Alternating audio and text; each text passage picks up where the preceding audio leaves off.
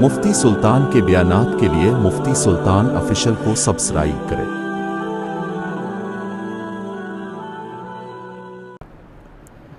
السلام علیکم ورحمۃ اللہ وبرکاتہ۔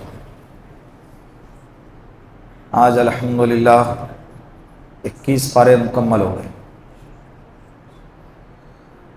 بات چل رہی تھی 20ویں پارے کی۔ 19ویں پارے میں سورۃ النمل، نمل کا مطلب اور حضرت سلیمان علیہ السلام کا واقعہ، بڑا تفصیلی تذکرہ ہے حضرت سلیمان علیہ السلام کا سورۃ النمل میں۔ آپ لوگوں کو چاہیے کہ اس کو پڑھے، 19ویں پارے میں آتا ہے، بڑا مزہ آئے گا۔ سیریل دیکھنا اور جھوٹی کہانیوں کو پڑھنا اور سننا، اس سے انسان کے گمراہی میں اضافہ ہوگا، اس کے سوا کچھ نہیں۔ جس چیز کو دیکھنے سے گناہ ملتا ہے انسان اس کو دیکھتا ہے، جس چیز کو پڑھنے سے ثواب ملتا ہے اس کو نہیں پڑھتا ہے، صحیح ہے؟ اور ایسے ایسے ڈرامے ابھی نکل رہے ہیں جس سے انسان کی فیملی سسٹم تباہ ہو گیا ہے، گھریلو ماحول پورا بکھر کے رہ گیا ہے۔ ماں بھی دیکھ رہی ہے، بیٹا بھی دیکھ رہا ہے، باپ بھی دیکھ رہا ہے، اور جوان بیٹی بھی دیکھ رہی ہے۔ سامنے ٹی وی بڑا اسکرین لگا ہوا ہے، گھر میں ہر گھر میں تھیٹر لگا ہوا ہے، اور سب بیٹھ کر دیکھ رہے ہیں۔ اور کیا دکھایا جا رہا ہے؟ بے حیائی کس طرح سے پھیلائی جائے، بے مروت زندگی کیسے گزاری جائے۔ عجیب و غریب رشتے، میں اس کو زبان سے بیان نہیں کر سکتا، آپ میرے سے زیادہ اس کو بہتر جانتے ہیں۔ سوچو باپ اور بیٹی ایک ساتھ بیٹھ کر گندی گندی سیریل دیکھ رہے ہوں اور گندی پکچریں دیکھ رہے ہوں، گندی ہی کہیں گے، جس میں کپڑے ادھورے پہن کر سامنے دکھایا جاتا ہوں، نچوایا جاتا ہوں، اس کو اور کیا کہیں گے؟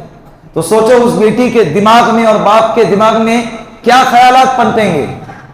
اللہ ہماری حفاظت فرمائے ایسے معاشرے سے۔ اسی لیے اپنے گھروں سے ٹی وی کا بائیکاٹ کرے۔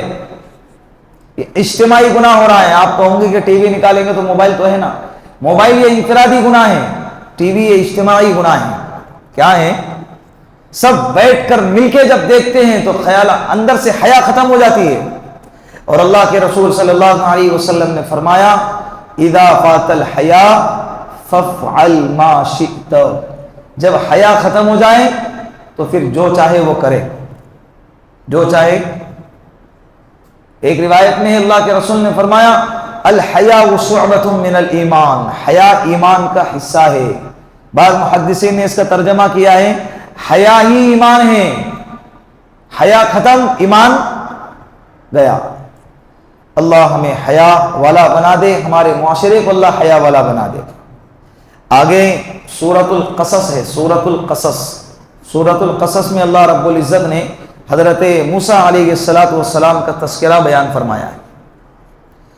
حضرت موسیٰ علیہ السلام کی پیدائش، حضرت موسیٰ علیہ السلام کا فرعون کے دربار میں پلنا، پرورش پانا، پھر جوان ہونا، پھر اس کے بعد حضرت موسیٰ علیہ السلام کا ہجرت کر کے مدائن چلے جانا حضرت شعیب علیہ السلام کے پناہ میں، اور وہاں ان کا نکاح کرنا، پھر وہاں سے دوبارہ لوٹ آنا، یہ سب سورۃ القصص میں بیان کیا گیا۔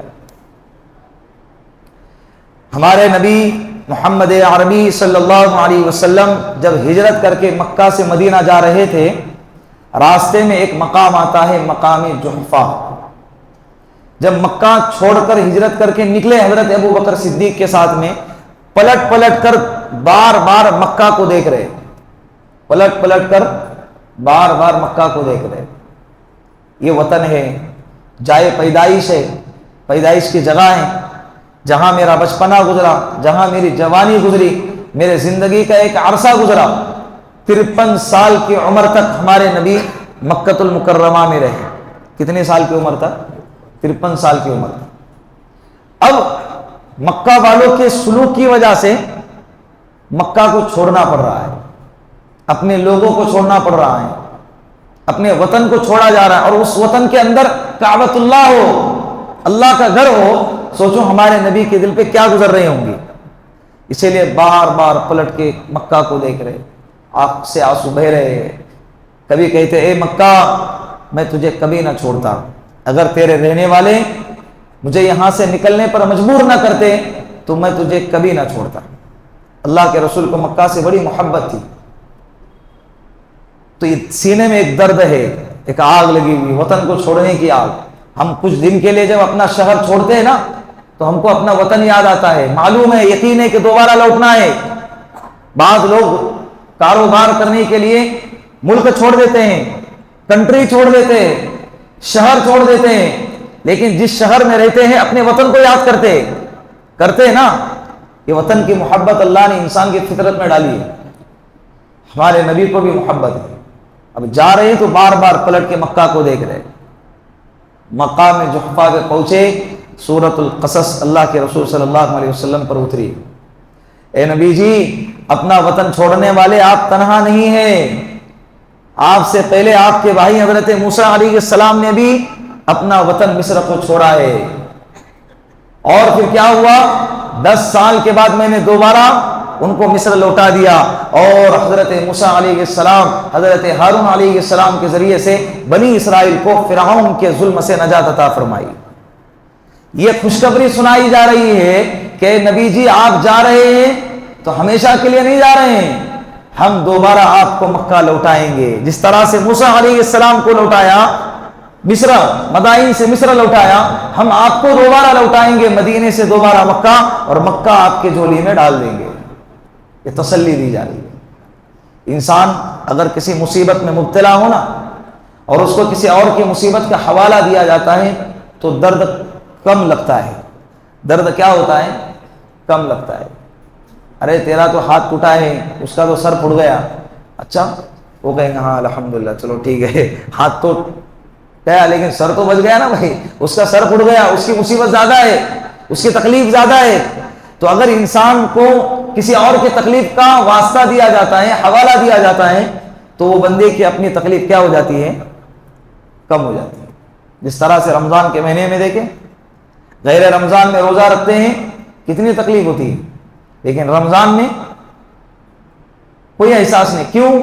سبھی مبتلا ہے اس میں، میں اکیلا تھوڑی روزے دار ہوں، یہ بھی ہے وہ بھی ہے، مجھے اکیلے کی تھوڑی بھوک لگی ہے، اسے بھی لگی ہے، یہ برداشت کر رہا، میں بھی کر رہا، اسے بھی پیاس لگی، مجھے بھی پیاس لگی ہے، چلنے دو ایسے ہی۔ پھر تکلیف سہنے کی اللہ طاقت دے دیتا ہے۔ ہمارے نبی کو بھی اللہ رب العزت نے سورۃ القصص نازل فرما کر یہ سہارا، یہ تسلی، یہ اطمینان، یہ امید دلائی، یہ یقین دلایا کہ نبی جی آپ مکہ چھوڑ کے جا رہے ہیں، ہمیشہ کے لیے نہیں، ہم آپ کو مکہ آپ کی جھولی میں ڈال دیں گے۔ اور اللہ نے ڈالی، اپنے وعدے کو پورا کیا۔ 8 سال کے بعد ہی فتح مکہ سنہجری 8 میں پیش آیا۔ اللہ رب العزت نے ہمارے نبی صلی اللہ علیہ وسلم کو فاتح بنا کر مکہ المکرمہ کی طرف لوٹا دیا 8 سال میں۔ تو یہاں بات چل رہی ہے حضرت موسیٰ علیہ السلام کی، بڑا پیارا قصہ ہے، بہترین قصہ ہے، آپ پڑھو یار، پڑھو، میں بار بار کہتا ہوں پڑھو، تفسیر کو پڑھو، تفسیر کو سمجھو، بہت سیدھے سادے الفاظ میں ہیں تفاسیر، پڑھنے کی کوشش کرو، سمجھ میں نہیں آتا ہے علماء سے پوچھو یہ مطلب اس کا کیا ہے، کچھ باتیں بڑی گہری ہوتی ہے، پیچیدگی ہوتی ہے، اس میں سمجھ میں نہیں آتا ہے، مسئلے مسائل کی چیزیں ہوتی ہیں، تو وہاں پر آ کے رک جاؤ، اپنے قریب کے علماء، معتبر علماء جن سے آپ رابطہ کرتے ہو ان سے رابطہ کر کے پوچھو کہ اس کا کیا مسئلہ ہے، لیکن پڑھنے کی کوشش کرو، کریں گے نا انشاءاللہ۔ ارے جب غیر پڑھ کے ہدایت پر آ جائیں تو ہم پڑھ کے اپنے ایمان کو مضبوط نہیں کر سکتے ہیں۔ قرآن میں اللہ نے شفا رکھی ہے، قرآن میں اللہ نے ہدایت رکھی ہے، قرآن میں اللہ نے رہبری رکھی ہے، جو بندہ قرآن کو پڑھے گا وہ کبھی گمراہ نہیں ہوگا۔ لن تضلوا بعدی، اللہ کے رسول نے فرمایا میرے بعد کبھی گمراہ نہ ہوگا۔ ترکت فیکم امرین، میں تم میں 2 چیزیں چھوڑ کر جا رہا ہوں، کتاب اللہ و سنت رسولی، یعنی احادیث، جو اس کو مضبوطی سے پکڑے گا لن تضلوا بعدی، کبھی میرے بعد گمراہ۔ یہ جو گمراہ ہو رہے نا اکثر و بیشتر نوجوان طبقہ بولو، مرد بولو، عورت بولو، وجہ اس کی دین سے دوری ہے، علم سے ناشنائی ہے، معلوم ہی نہیں، سامنے والے نے کہہ دیا تو مان لیا، اب سامنے والا صحیح کہہ رہا ہے غلط کہہ رہا ہے، ہدایت کی باتیں کر رہا ہے کہ گمراہی کی باتیں کر رہا ہے۔ مفتی صاحب گوگل پہ سب کچھ ملتا ہے، بھائی سب کچھ کے ساتھ میں سب کچھ بھی مل جاتا ہے، حق کے ساتھ ساتھ باطل فرقے بھی گوگل اور انٹرنیٹ پر ہم سے زیادہ محنتیں کر رہے ہیں.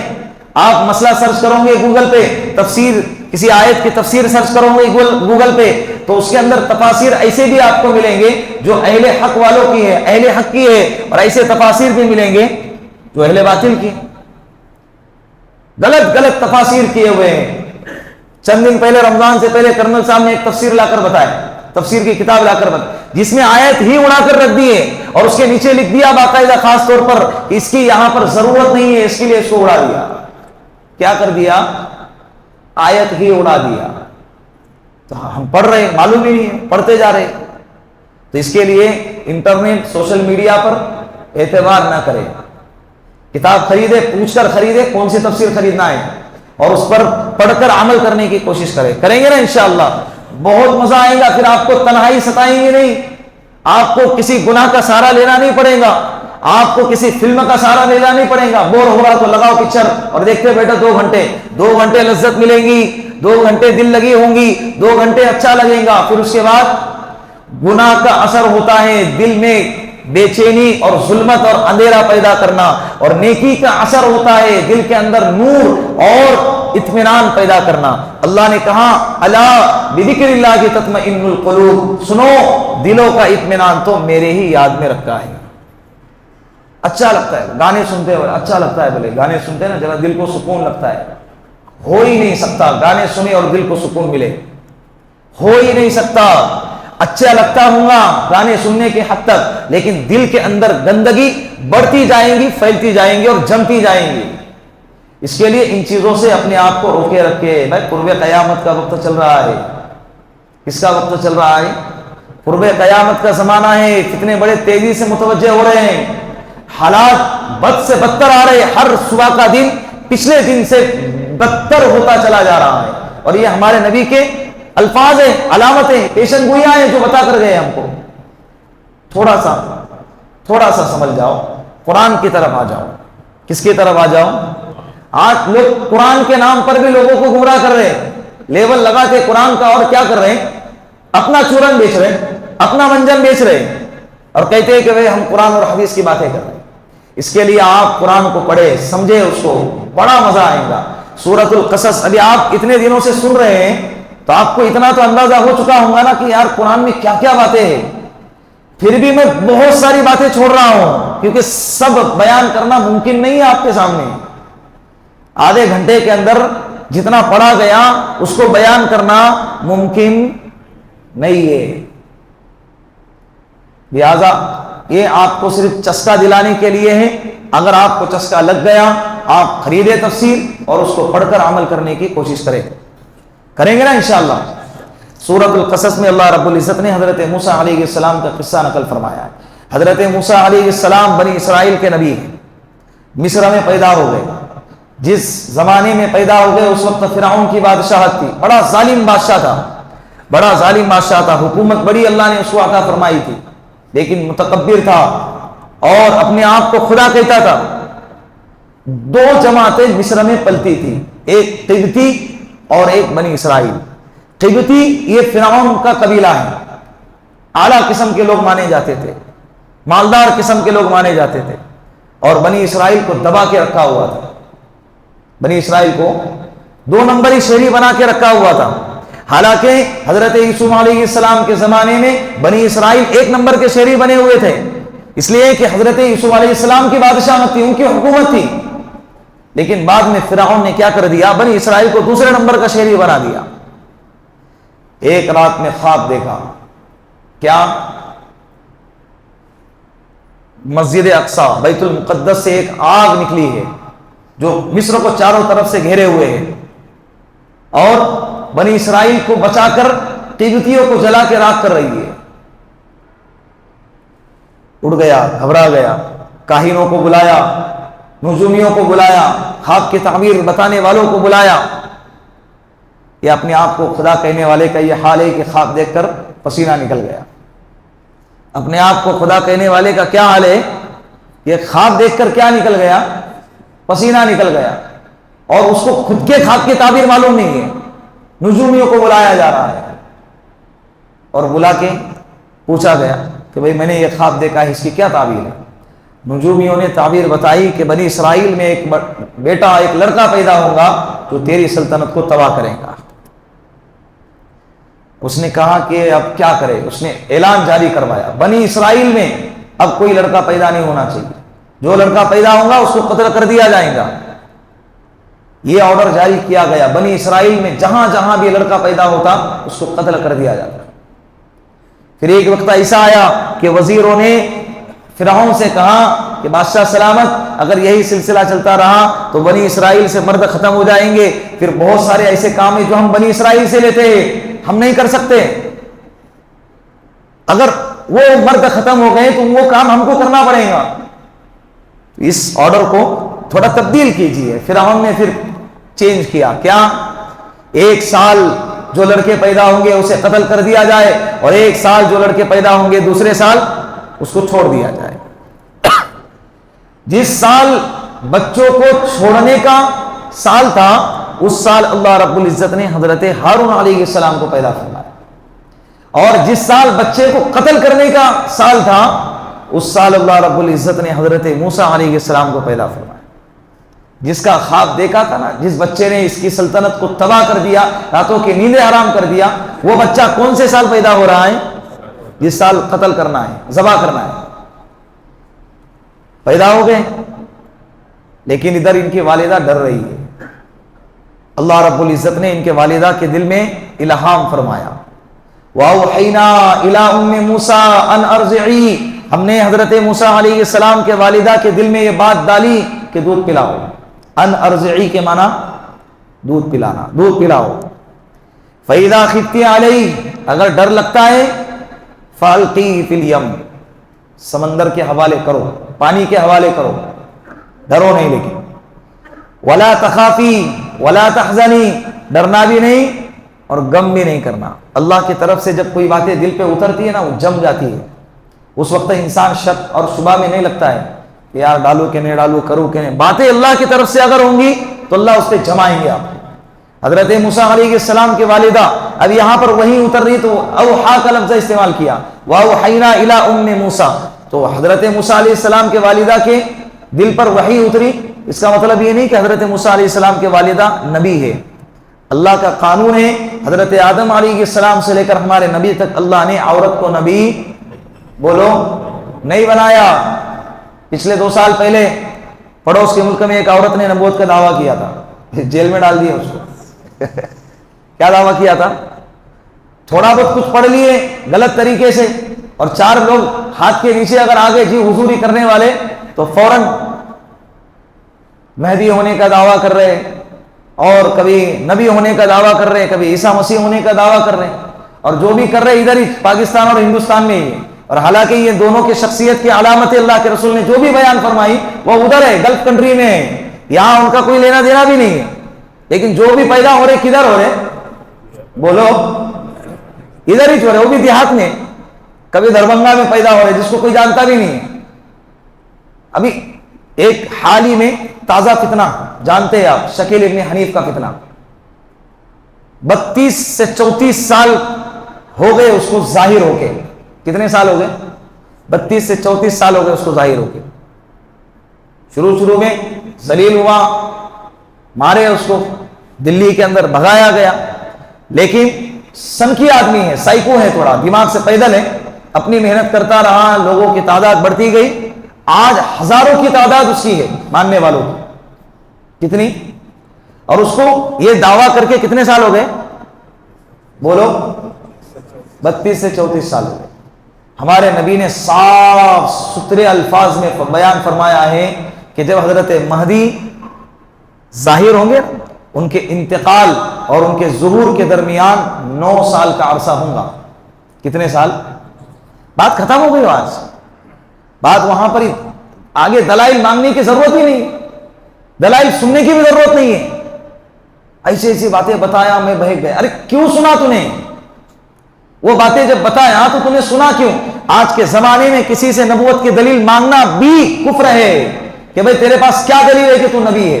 یہ نبوت کی دلیل مانگنا بھی کفر ہے، کیونکہ تو دلیل مانگ رہا ہے، اس کا مطلب تجھے شک ہے، تجھے شبہ ہے، وہ 1000 دلیلیں پیش کرے، لاکھ دلیلیں پیش کرے، لیکن پھر بھی مجھے تجھے نبی ماننا نہیں۔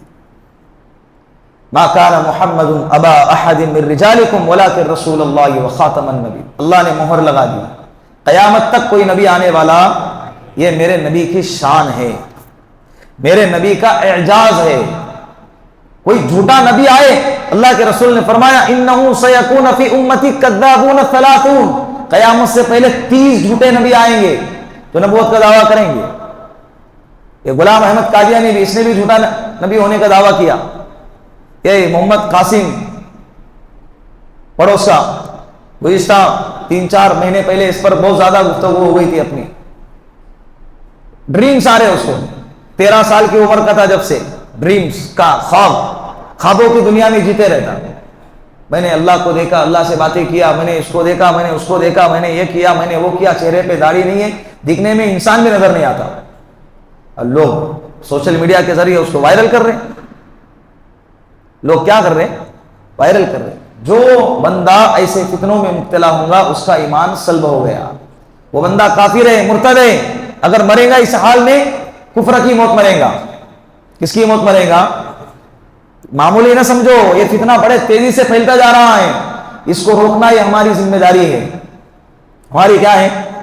تو حضرت موسیٰ علیہ السلام کے والدہ کے قلب پر الہام کیا گیا۔ اس کا مطلب یہ نہیں سمجھنا کہ ان کے والدہ کیا تھی؟ نبی تھی۔ الہام کیا گیا، وہی نہیں، الہام کیا گیا کہ ڈرو نہیں، گھبراؤ نہیں، سمندر میں ڈال دو۔ حضرت موسیٰ علیہ السلام کے والدہ نے صندوق بنایا اور صندوق کے اندر حضرت موسیٰ علیہ السلام کو رکھا اور دریا کے حوالے کر دیا۔ اب وہ صندوق ہلتا ڈلتا کدھر گیا؟ فرعون کے محل کی طرف۔ جس کا ڈر تھا اسی جگہ پر وہ صندوق جا کر رک گیا۔ حضرت موسیٰ علیہ السلام کی ایک بہن ہے، وہ صندوق کا پیچھا کر رہی، جاتا کہاں ہے؟ پیچھا کرتے دیکھا کہ ارے یہ تو کہاں گیا؟ فرعون کے دربار میں گیا۔ غلطی سے کسی کو نہیں گیا، جس سے میسج چھپا رہے تھے غلطی سے اس کو فارورڈ ہو گیا تو ارے جلدی سے ڈیلیٹ ایوری ون مارو، لیکن وہاں کوئی آپشن نہیں تھا نا، گیا اب دیکھ رہے وہ کہاں جاتا ہے۔ حضرت موسیٰ علیہ السلام فرعون کے محل کے قریب گئے۔ آسیہ کی سہیلیاں غسل کر رہی تھی، دیکھا کہ ایک صندوق آیا ہے، فوراً صندوق کو اٹھایا اور آسیہ کے پاس، حضرت آسیہ کے پاس لے کر آئے۔ حضرت آسیہ یہ فرعون کی بیوی ہے، کلمہ گو ہے، ایمان والی ہے، بعد میں کلمہ پڑھا حضرت موسیٰ علیہ السلام پر۔ آسیہ نے جیسے ہی صندوق کھولا، انہیں لگا کہ خزانہ ہوگا، جب کھولا تو کیا نکلا؟ حضرت موسیٰ علیہ السلام جیسا خوبصورت چمکتا دمکتا خوبصورت بچہ نکلا، اور جیسے ہی دیکھا ان کی محبت سینے میں اتر گئی فوراً۔ اب فرعون نے جو قتل کا اعلان کیا تھا نا، وہ بچے کو دیکھ کر کہا اسے بھی قتل کرو۔ فرعون کی بیوی نے کہا جسے کرنا ہے کرو، میں اس کو ہاتھ لگانے نہیں دوں گی، اسے ہاتھ لگانے۔ فرعون نے بھلے خدائی کا دعویٰ کرتا ہو لیکن بیوی کے سامنے بولو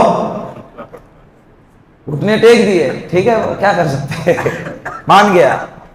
اب مان گیا قتل نہیں کرنا ہے، آگے کا مرحلہ دودھ پلانا ہے نا، بچہ ہے، اب رو رہے حضرت موسیٰ علیہ السلام، دودھ پلانا ہے، کیا کرے؟ اب اعلان ہو گیا، سارے دربار کی عورتیں جس کو ابھی بچہ ہوا ہے وہ آ جائے اور اس بچے کو دودھ پلائے، بڑا انعام ملے گا۔ دربار کی عورتیں آئی، کسی کا دودھ نہیں پیا، کیسے پئیں گا؟ معمولی بچہ نہیں ہے، کیسے پئیں گے؟ پھر پورے شہر میں اعلان کیا گیا، سارے شہر کی عورتوں کو بلایا گیا۔ حضرت موسیٰ علیہ السلام کی بہن ابھی بھی ہے، سب دیکھ رہی ہے کیا ہو رہا کیا نہیں ہو رہا۔ بعض روایتوں میں لکھا ہے حضرت موسیٰ علیہ السلام کے والد فرعون کے دربار میں خدمت گار تھے، کیا تھے؟ اس وجہ سے ان کے بہن کے لیے آنا جانا آسانی سے ہو گیا۔ اور ویسے بھی یہ منظر دیکھ رہی ہے، لائن لگا رہے، موسیٰ علیہ السلام فرعون کے گود میں دودھ پلانے کے لیے کوشش کر رہا ہے۔ جو مارنے پر تلا ہوا تھا اب وہ فکر کر رہا ہے کہ کیا کرے، اس کو بچائے، بھائی یہ کس طرح سے بچے، اس کو کوئی تو دودھ پلائے بچ جائے۔ اللہ کا نظام ہے، کبھی بھی اللہ کی ذات سے نا امید نہیں ہونا۔ وَمَكَرُوا وَمَكَرَ اللَّهُ وَاللَّهُ خَيْرُ الْمَاكِرِينَ، تدبیریں کرنے والے کرتے رہے، اللہ کی تدبیر سب سے بہترین ہے، اللہ کی تدبیر سب سے بہترین ہے۔ کبھی بھی نا امید نہیں، کبھی بھی مایوس نہیں ہونا چاہیے۔ اللہ کہاں سے راستے کھولیں گے ہم تصور بھی نہیں کر سکتے، اللہ کہاں سے بچائیں گے ہم اس کا گمان بھی نہیں کر سکتے۔ اس کے لیے جب حالات بگڑ جائے، حالات پیچیدہ ہو جائے تو فوراً اللہ کی طرف متوجہ ہو جائے۔ وہ پیچیدہ حالات، بگڑے ہوئے حالات، ناممکن حالات، وہ خراب حالات، مشکل حالات یہ ہمارے لیے ہیں، اللہ کے لیے نہیں ہے۔ اللہ کے لیے کچھ بھی مشکل نہیں ہے۔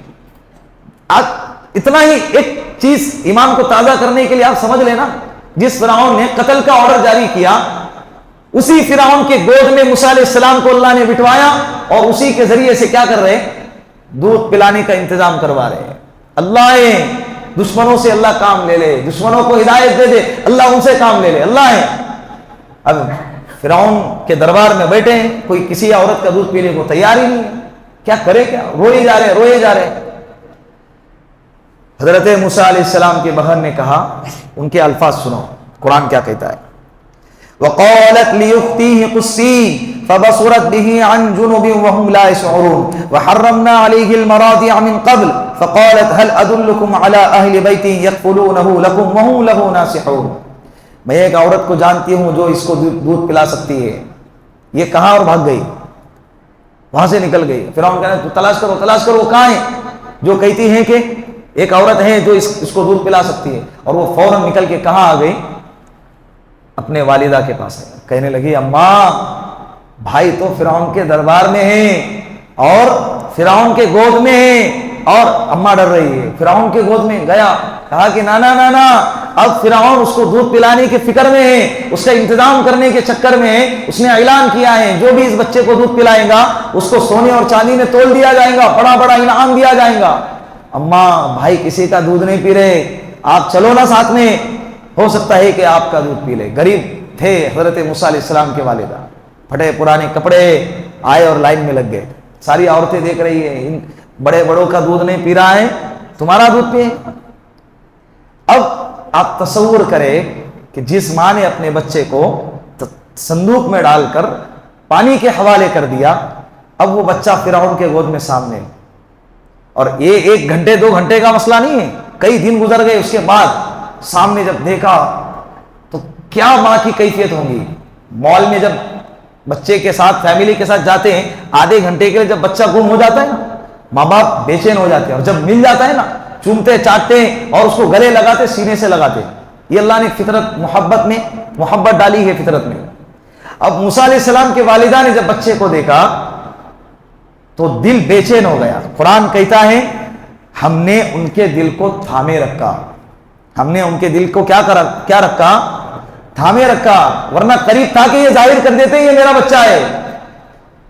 یہ اللہ نے ان کے دل کو کیا کیا؟ تھامے رکھا۔ پھر جب ان کا نمبر آیا، حضرت موسیٰ علیہ السلام لپک کے اپنے والدہ کے گود میں چلے گئے۔ سارا دربار حیران، ارے یہ کیا ہو گیا، یہ کیا ہو گیا؟ سیدھے سادھے عورت کے گود میں چلا گیا۔ بڑے بڑے عورتیں، مالداروں کی عورتیں آئی، عمدہ عمدہ کپڑے خوشبو لگا کر آئی اور طرح طرح سے لبا رہی ہے کہ آ جائے، میرے پاس آ جائے، مجھے انعام مل جائے، لیکن کسی کے پاس نہیں گئے اور اس کے پاس گئے۔ حضرت موسیٰ علیہ السلام کے والدہ نے ان کو دودھ پلایا۔ مسئلہ ایک دن کا تو نہیں نا، ہمیشہ پلانا ہے۔ فرعون نے کہا تمہارے لیے کوٹی کا انتظام کرتا ہوں، تم یہی رہ کر دودھ پلاؤ۔ والدہ کہنے لگی میں نے دودھ پلاتی، اگر پلانا ہی ہے تو میرے گھر پر بھیجو، میرے کوٹی پر بھیجو، میرے حویلی پر بھیجو، میرے گھر پر بھیجو، میں یہاں نہیں پلاتی۔ فرعون کو شرط ماننا ہی پڑا کیونکہ کوئی آپشن تھا ہی نہیں۔ ٹھیک ہے اپنے گھر لے جاؤ، دودھ پلاؤ، لیکن لا کر چھوڑو، یہ ہمارا بچہ ہے۔ کس کا بچہ ہے؟ ہمارا بچہ ہے۔ اب فرعون کے کہنے پر حضرت موسیٰ علیہ السلام کے والدہ نے حضرت موسیٰ علیہ السلام کو اپنے گھر لے کر گئے۔ آ گیا بچہ واپس، جہاں سے نکلے تھے دوبارہ وہی آ گئے۔ یہ میرے اللہ کا نظام ہے، یہ میرے اللہ کا۔ حضرت موسیٰ، تفصیلی قصہ ہے، بہت لمبا ہے۔ حضرت موسیٰ علیہ السلام جوان ہو گئے، قرآن کی لطافت دیکھے، جامعیت دیکھے، ایک صفحے پر پیدا ہو گئے۔ یہ سارا واقعہ ایک ہی صفحے پر ہے، صفحہ دوسرا شروع ہو گیا۔ وَلَمَّا بَلَغَ أَشُدَّهُ وَاسْتَوَىٰ آتَيْنَاهُ حُكْمًا وَعِلْمًا۔ حضرت موسیٰ علیہ السلام جوان بھی ہو گئے۔ جوان ہو گئے اس لیے کہ قرآن جو ہے نا قصے اور کہانی کی کتاب نہیں ہے کہ آپ کو ناول کی طرح ڈیٹیل میں مرچی مسالہ لگا کر کیسے اٹھے کیسے بیٹھے کیا کھائے کیا دیکھے، وہ ساری چیزیں تفصیل آپ کو اس میں نہیں ملیں گی۔ عبرت کی کتاب ہے، جو پوائنٹ کی چیزیں ہوتی ہیں، جو قیمتی چیزیں ہوتی ہیں، قرآن اس کو بیان کرتا ہے۔ اس کو ہائی لائٹ کرتا ہے. حضرت موسیٰ علیہ السلام جوان ہو گئے, دوپہر کا وقت ہے. وَدَخَلَ الْمَدِينَةَ عَلَىٰ حِينَ غَفْلَةٍ مِّنْ أَهْلِهَا, دوپہر کے وقت میں قیلولہ کا وقت ہے, پورا شہر سویا ہوا ہے.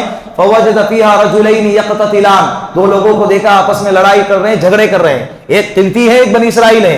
بنی اسرائیل نے حضرت موسیٰ علیہ السلام کو دیکھ کر کہا کہ یہ اپنی قوم کا ہے, بلایا, آواز دی, آ جاؤ ادھر میری مدد کو, یہ مجھے مار رہا ہے, مجھ پر ظلم کر رہا ہے.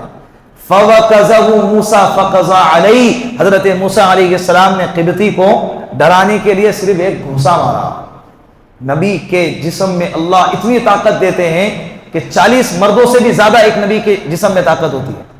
حضرت موسیٰ علیہ السلام نے جب ایک مکہ مارا, فَقَضَىٰ عَلَيْهِ, وہ قبطی کیا ہو گیا, مر گیا, بے ہوش نہیں, کیا ہو گیا, وہی ختم ہو گیا. سوچو کیا طاقت ہوں گی مکے میں. وہ جیسے ہی مرا تو جس نے مدد کے لیے بلایا تھا وہ ڈر گیا, ارے باپ رے کون ہے, وہ بھاگا, جو سیدھا بھاگا ہو. پھر دوسرا دن آج جب آیا, حضرت موسیٰ علیہ السلام جب دوبارہ آئے شہر میں, تو وہی کل کا بنی اسرائیلی آج کسی اور سے لڑ رہا تھا. پھر جب دونوں کو لڑتے ہوئے دیکھا تو حضرت موسیٰ علیہ السلام نے کہا کم وقت تجھ میں ہی خرابی ہے, کل وہ غلطی سے مر گیا, اصل مسئلہ تو تیرے میں ہے, کل بھی لڑ رہا تھا, آج بھی لڑ رہا تھا. جب یہ تیور حضرت موسیٰ علیہ السلام کے وہ بنی اسرائیلی نے دیکھا نا, انہیں کہا کہ اگر میرے کو کل کے جیسا جس طرح سے قبطی کو گھوسا مارا, مجھے اگر پڑ گیا نا تو میں تو گیا. تو اس نے پھر چلا کر کہا, اے موسیٰ کیا تو مجھے بھی قتل کرنا چاہتا ہے؟ حالانکہ یہ واقعہ خفیہ تھا, کسی کو خبر نہیں تھی, تفتیش جاری تھی کہ اس شخص کو کس نے قتل کیا, سب جگہ پر چھان بین کی جا رہی تھی, یہ خفیہ چیز تھی. حضرت موسیٰ علیہ السلام کی اس چیز کو اس نے واضح کر دیا کہ موسیٰ کیا تو مجھے بھی قتل کرنا چاہتا ہے جیسے تو نے کل ایک قبطی کو قتل کیا. اب جس سے لڑ رہے تھے اس نے سنا, وہ سیدھا بھاگا فرعون کے دربار میں اور جا کر لگا دیا کہ جو کل کا مرڈر جو ہوا نا, وہ مرڈر کس نے کیا, حضرت موسیٰ علیہ السلام نے کیا. اب اس دربار کے اندر ایک تھا اللہ کا بندہ خیر خواہ, حضرت موسیٰ علیہ السلام سے محبت کرنے والا. فرعون نے فوراً آرڈر جاری کیا کہ جہاں بھی دکھے موسیٰ علیہ السلام ان کو قتل کر دیا جائے. وہ مجلس سے فوراً اٹھا, وَجَاءَ رَجُلٌ مِّنْ أَقْصَى الْمَدِينَةِ يَسْعَىٰ, دوڑتا ہوا آیا حضرت موسیٰ علیہ السلام کے پاس اور کہنے لگا, یا موسیٰ إِنَّ الْمَلَأَ يَأْتَمِرُونَ بِكَ لِيَقْتُلُوكَ, فرعون کے درباری مشورہ کر رہے ہیں لِيَقْتُلُوكَ, تیرے قتل کا. فَخْرُجْ إِنِّي لَكَ مِنَ النَّاصِحِينَ, جلدی سے شہر چھوڑ کے چلے جاؤ, میں تمہارا خیر خواہ ہوں. حضرت موسیٰ علیہ السلام پھر اس وقت میں مصر چھوڑ کر مدائن چلے گئے. فخرج منها خائفا يترقب, ڈرتے ہوئے شہر سے نکلے اور مدائن کی طرف. اب پتہ نہیں جانا کہاں ہے, کدھر جانا ہے, کہاں جانا ہے, کچھ معلوم نہیں. نکلتے چلتے حضرت موسیٰ علیہ السلام مدائن شہر پر پہنچے. حضرت شعیب علیہ السلام جہاں رہتے تھے, کنواں ہے, ایک کنویں پر سارے بستی کے لوگ پانی اپنے جانوروں کو پلا رہے. اس وقت میں حضرت شعیب علیہ السلام کی بیٹی آئی ہے جو کونے میں کھڑی ہے, اپنے جانوروں کو پانی نہیں پلا رہی ہے. حضرت موسیٰ علیہ السلام نے پوچھا کہ کیا مسئلہ ہے, تم کیوں نہیں پلا رہے؟ وہ کہتے ہیں ہمارے ابا بوڑھے ہیں اور ہم کمزور ہیں, ہم نہیں پلا سکتے, جب یہ پلا کے فارغ ہو جائے پھر اس کے بعد ہم پلاتے ہیں. حضرت موسیٰ علیہ السلام نے کنویں پر ایک منیر, ایک پتھر تھا, اس پتھر کو ہٹا دیا اور سب لوگوں نے اپنے اپنے جانوروں کو پانی پلا دیا. اس کے بعد ان بیٹیوں نے ابا کے پاس جانے کے بعد ابا نے پوچھا کہ آج بہت جلدی آ گئے. ان کے والد صاحب جو ہے نا نابینا تھے, حضرت شعیب علیہ السلام بعد میں نابینا ہو چکے تھے. وہ کہنے لگے کہ آج بہت جلدی آ گئے. تو انہوں نے واقعہ سنایا کہ ایک نوجوان نے ہماری مدد فرمائی. ابا نے کہا کہ جاؤ ان کو بلا کر لے کر آؤ. حضرت موسیٰ علیہ السلام کے لیے حضرت شعیب علیہ السلام کی بیٹی آئی, جس انداز میں آئی, جس کیفیت سے آئی, قرآن اس انداز کو بیان کرتا ہے. فجاءت احداهما تمشي على استحياء, کیسی آئی, شرماتے ہوئے آئی, حیا کے پیکر بن کر آئی اور کہنے لگی کہ آپ کو ہمارے ابا بلا رہے ہیں, آپ کو ہمارے ابا بلا رہے ہیں. حضرت موسیٰ علیہ السلام نے ان کی مدد فرمائی اور ایک درخت کے نیچے لیٹ گئے اور ایک دعا فرمائی, ربی انی لما انزلت الی من خیر فقیر, اے اللہ اب تو مجھے جو بھی دے گا میں اس کا کیا ہوں, محتاج ہوں, مجبور ہوں. نہ گھر ہے, نہ نوکری ہے, نہ چھوکری ہے, کچھ بھی نہیں ہے, بے سہارا ہے, اب جاؤ کا وہ بھی معلوم نہیں ہے. اللہ سے ایسے حالت میں دعا مانگی. جو بے روزگار ہے نا, یہ دعا کثرت سے پڑھنا چاہیے. ربی انی لما انزلت الی من خیر فقیر, جو بغیر شادی شدہ ہیں, شادی کرنا چاہتے, لڑکی مل نہیں رہی ہے ان کو, نوجوانوں یہ دعا پڑھا کرو کثرت سے. ربی انی لما انزلت الی من خیر فقیر. یہ دعا پڑھ کر لیٹے ہی تھے، اللہ نے دونوں چیزوں کا انتظام کر دیا، نوکری بھی ملی اور نکاح بھی ہو گیا، ایک لڑکی کا بھی اللہ نے انتظام کیا. حضرت موسیٰ علیہ السلام حضرت شعیب علیہ السلام کے پاس آئے، پورا قصہ بیان کیا. حضرت شعیب علیہ السلام نے فرمایا ڈرو نہیں، فرعون کا تسلط یہاں تک نہیں ہے، آپ بنداس رہو. اور پھر ان سے کہا کہ ہم آپ کو، حضرت شعیب علیہ السلام کی بیٹی نے ابا سے کہا کہ ابا انہیں اجرت پہ رکھتے ہیں. کیوں رکھتے ہیں؟ اس لیے کہ ان کے اندر دو صفتیں ہیں، دو صفتیں بیان فرمائی. کیا؟ قالت احداہما یا ابت استاجرا، ان کو اجرت پہ رکھ لو، کام پہ رکھ لو، اپنے یہاں پہ نوکری پہ رکھو. ان خیر من استاجرت القوی الامین. دو چیزیں ہیں، ایک تو یہ بندہ طاقتور ہے اور دوسرا امانت دار ہے. طاقتور کا نظارہ ہم نے کہا کیا؟ کنویں پر کیا کہ جس پتھر کو 40 لوگ ہلا نہیں سکتے تھے، یہ اکیلے بندے نے اس کو اٹھا کر پھینک دیا. تو اس سے مفسرین نے فرمایا کہ اگر ہم کسی ملازم کو اپنے کام پہ رکھتے ہیں تو وہ طاقتور ہونا چاہیے، ورنہ ہم کو اس کی خدمت کرنا پڑے گا. بھائی ہاں میں اٹھا کے دیتا، میں لے کر آتا، یہ حال ہوگا. طاقتور ہونا چاہیے. اور دوسرا امانت دار. نہیں تو گئی بھینس پانی میں. تو پھر حضرت شعیب علیہ السلام نے فرمایا کہ میں ان دو بیٹیوں میں سے کسی ایک کا تمہارے ساتھ نکاح کرا دیتا ہوں، آپ ان کے ساتھ نکاح کر دو. حضرت صفورہ سے ان کا نکاح ہو گیا. 10 سال مکمل ہونے کے بعد حضرت موسیٰ علیہ السلام دوبارہ مصر کی طرف لوٹے اپنے بیوی کے ساتھ. اس وقت میں ان کی بیوی حاملہ تھی، ابھی نبوت ملی نہیں ہے حضرت موسیٰ علیہ السلام. راستے میں بیوی حمل سے ہے، سردی کا موسم ہے، دور دیکھا آگ جل رہی ہے. اب ان کے لیے سیکنے کے لیے آگ کی ضرورت تھی. بیوی سے کہا تم ادھر ہی بیٹھو، میں آگ لے کر آتا ہوں، ہو سکتا ہے کہ کوئی ہو وہاں پر جو ہم کو آگ دے دے، آگ کا انتظام ہو جائے تو ہمارے لیے رات گزارنے کا انتظام ہو جائے. جب گئے تو دیکھا وہ آگ نہیں تھی، اللہ کی طرف سے ایک نور تھا. اس وقت ان کو اللہ رب العزت نے نبوت عطا فرمائی. پھر وہ مصر میں آئے، فرعون کو دعوت دی، فرعون کے درباریوں کو دعوت دی، اور اسی طرح اسرائیلیوں کو، بنی اسرائیل کو دعوت دی، قبطیوں کو دعوت دی. پھر ایک وقت آیا اللہ رب العزت نے حضرت موسیٰ علیہ السلام کے ذریعے سے، حضرت ہارون علیہ السلام کے ذریعے سے بنی اسرائیل کو فرعون کے ظلم سے نجات عطا فرمائی. بہت لمبا قصہ ہے آگے، آپ اس کو پڑھ لیجیے. ٹھیک ہے. آگے اللہ رب العزت نے سورۃ العنکبوت نازل فرمائی. عنکبوت کے معنی ہے مکڑی. مکڑی. آج مولانا نے پڑھے اس کو، میں اس آیت کو پڑھ کے بات ختم کر دیتا ہوں. اللہ رب العزت فرما رہے ہیں مثل الذین اتخذوا من دون اللہ اولیاء کمثل العنکبوت. یہ لوگ جو اللہ کے علاوہ کو اپنا معبود بناتے ہیں نا، ان کی مثال مکڑی کے جالے کی طرح ہے. کس کی طرح ہے؟ اور سب جانتے ہیں اتخذت بیتا، جب مکڑی گھر بناتی ہے، وَإِنَّ أَوْهَنَ الْبُيُوتِ لَبَيْتُ الْعَنْكَبُوتِ. ساری دنیا میں سب گھروں میں سب سے کمزور گھر کس کا ہے؟ مکڑی کا ہے، جس کی کوئی حقیقت نہیں، پھونک مارے تو گر جاتا ہے. تو جو بندہ اللہ کے علاوہ کسی اور کو معبود بناتا ہے، اللہ کہہ رہے کہ اس کی مثال بھی ایسے ہی ہے.